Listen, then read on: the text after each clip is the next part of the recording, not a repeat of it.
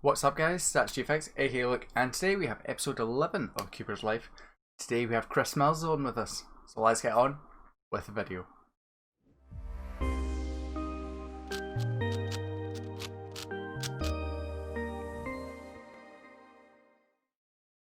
Chris Mills is a competitor from the United Kingdom who started competing in 2014.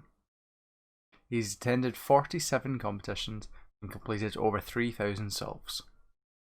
He currently holds the UK NR single for 3x3 and NR average. As well as this, he is NR4 for Kewbz single. He also has 2 podiums in UKC 2015 and 2016. As well as this, he has a YouTube where he unboxes different cubes, talks about lots of cubing related stuff and uploads solves. So today we have Chris Mills on with us. Yep, Thanks good for to be coming on. here. So we'll just get fired into the first question. So what does kind of a typical week look like for you in terms of kind of work, school, life, and how does kind of Well, fit in with obviously all that? lockdowns changed a lot of my usual weekly stuff. So before lockdown, I had 3 days at college and a day doing work experience. And then I just kind of had like a 3-day weekend, which I could do whatever I wanted. Either go to a competition, usually once a month, and then just cube as much as I want during that. But now, obviously, I was doing some college at home, but then that finished last month, so I'm just literally free to do whatever at the moment. So have you been doing lots of kind of 3x3 or some other methods I've or mainly what? just been doing 3x3 recently. I haven't been cubing that much, but I have been cubing quite a bit. Yeah, just doing lots of solves, just kind of for fun, but haven't really been focusing on much. Nice. So in relation to kind of 3x3 improvement, would you look at implementing kind of other techniques and stuff like that rather than Well, purely just solves? Or near the start of lockdown, I was trying to learn a bit more ZBLL, and then I kind of got bored of that and just went back to doing loads of solves. I'm really just, I like to focus on just improving my F2L efficiency and looking more into the solves because I just find it more enjoyable in general than just learning algorithms. yeah, I totally agree. I find doing solves far more fun than learning algs. So if we kind of go back a little bit, maybe a year, maybe a bit longer, has your kind of rate of improvement been because of solves, or have you kind of switched and sat down a few times and said, no, actually I need to Yeah, well, it learn was some algs or whatever? February 2019. I just got a 837 official 3x3 average. And at that point, that was like better than what I averaged, and I was like, okay, you know what, I'm going to focus on 3x3 now, and I want to get an R average. So at that time, Jaden McNeil was doing his coaching service, and it was a lot cheaper back then. It wasn't the speed cubing solution. So I sent him 3 solves and £20 of that those 3 solves, and he gave me like an improvement plan and stuff to focus on. And mostly he said just refine OLL algorithms, learn more F2L solutions for certain cases, and cross +1 in inspection, planning cross +1. So I focused on that for a good few months, and then yeah, so that's when I started to improve a lot more. And then just around Worlds time, just doing loads of solves, and then obviously I didn't do great at Worlds, but then Leeds I definitely did. Nice. So kind of moving forward into the future, do you see yourself, I don't want to say trying to improve, but like rather than kind of almost kind of passive solves, do you see yourself working on certain stuff to improve, or do you think most of your improvement Yeah, will come from kind of well, looking I and should stuff like probably try and learn a lot more stuff, and I think at one point I will probably get motivation to actually implement more new techniques into my solves.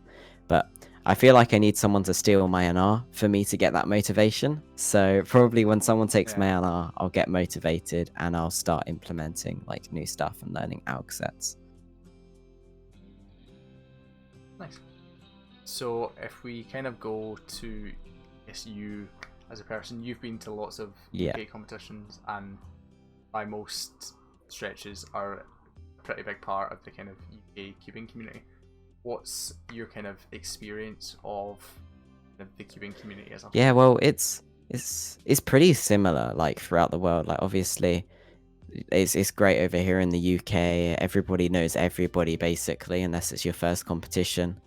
And it's the same. I've competed in New Zealand a few times now, and I go there and I just feel like I'm at home. The competitions are similar. Everybody's still friendly. I can feel like I can talk to anybody, and it's just a great community. Like you can talk to anybody because you just like ask them, oh, what's your PB? Did you do good in your last event? And then you're chatting with them. It's a lot easier to start a conversation. And yeah, the UK community, they're just so many nice people here. It's definitely what kept me going and what kind of brought me back into really drilling 3x3 to try and improve. Because I think, at least kind of for me personally, even if after I hit my peak and after I kind of stop almost caring about improving, I still probably would end up still going to competitions because of like from early 2016 until early 2018, I wasn't really practicing that much at home, but I still went to competitions to see people. I went to Worlds 2017 in that time just to see people as well and just hang out. So yeah, I definitely just went to competitions just to meet up with people more than I did for good results in that time period. So as a kind of 3x3 specialist, obviously 3x3 is kind of one of your main focuses.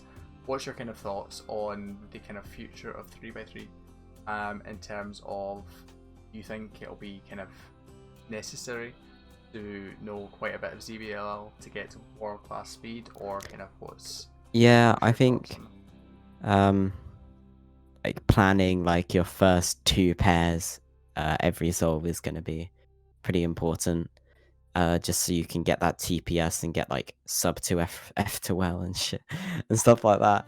I reckon ZB will get quite important, learning doing the edge orientation for last pair and into just full ZBLL. That would with more people learning new ZBLL algorithms that are just easier to do and faster to do as well. I think with time, a lot more people will be able to learn all of them and people will be able to push it to the limits. So yeah, ZBLL will definitely become pretty important because it's a lot faster than doing 2 different algorithms. So yeah. When you mentioned limit, do you have an idea in mind of kind of your opinion on the kind of, I guess, lower limit of 3x3? Well, we're seeing lots of people nowadays, like loads of people averaging around low 6. So I reckon low 5 sub 5 is probably the limit. I don't think we'll be able to get much faster than like 4.8 average. But that's definitely feasible with planning first 2 pairs and inspection, 10 TPS every solve and learning full ZB. Definitely feasible. But yeah, not for a while. That'll definitely be exciting. So big thanks to Chris for coming on. Chris also has a kind of podcast style series. There'll be a link to that playlist in the description below, and also a link to Chris's YouTube, so make sure to check him out and subscribe. But yeah, thank you for having me. And I'll see you guys next time. Bye.